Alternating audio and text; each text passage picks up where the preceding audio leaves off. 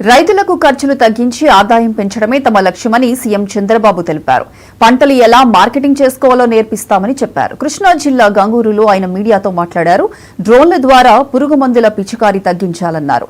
ధాన్యంలో తేమ శాతం తక్కువగా ఉండేలా చూసుకోవాలని సూచించారు. రైతులకు 5 కోట్ల గన్ని బ్యాగులు ఇస్తామన్నారు. దళారీ వ్యవస్థపై ఉక్కుపాదం మోపుతామని ఆయన వ్యాఖ్యానించారు.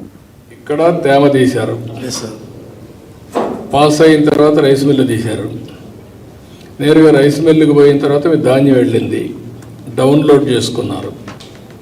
ధాన్యం వాళ్ళు తీసుకున్న తర్వాత కంప్యూటర్లో పెట్టారు. ఇక్కడ కంప్యూటర్లో పెడతారు. ట్రాకింగ్ కూడా ఉంది.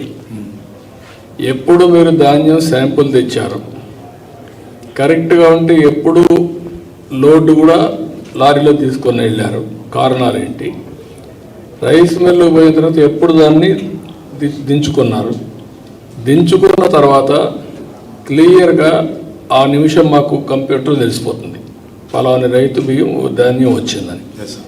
వచ్చి తానే మీరు నెక్స్ట్ మినిట్లో మీ అకౌంట్లో డబ్బులు వేయాలని నా సిస్టమ్. అప్పుడు వేసేసామనుకో, మీరు అక్కడ ఇచ్చారు, డబ్బులు వచ్చింది, మీరు బ్యాంకులోకి డబ్బులు తీసుకోవచ్చు. అలాంటి సిస్టమ్స్ అన్ని తీసుకురావాలని చెప్పి ఆలోచిస్తున్నాను. రేపు ఇచ్చే బదులు ఈ రోజు ఇస్తే నష్టమేంటి నాకు.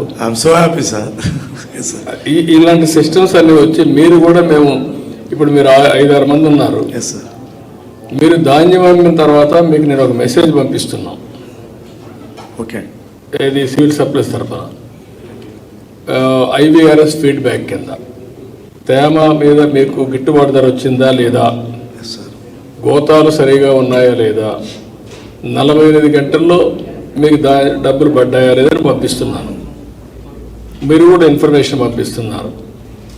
అది కూడా ఓన్లీ 9%, 8% పంపిస్తున్నారు. యాజ్ ఆన్ టుడే రా నువ్వు నేర్చుకోవాలా, చాలా ఉంది, మీకు అంతా తెలుసని మీరందరూ అనుకుంటున్నారు. ఇంకా నేర్చుకోవాలి చాలా ఉన్నాయి. నేను ప్రాసెస్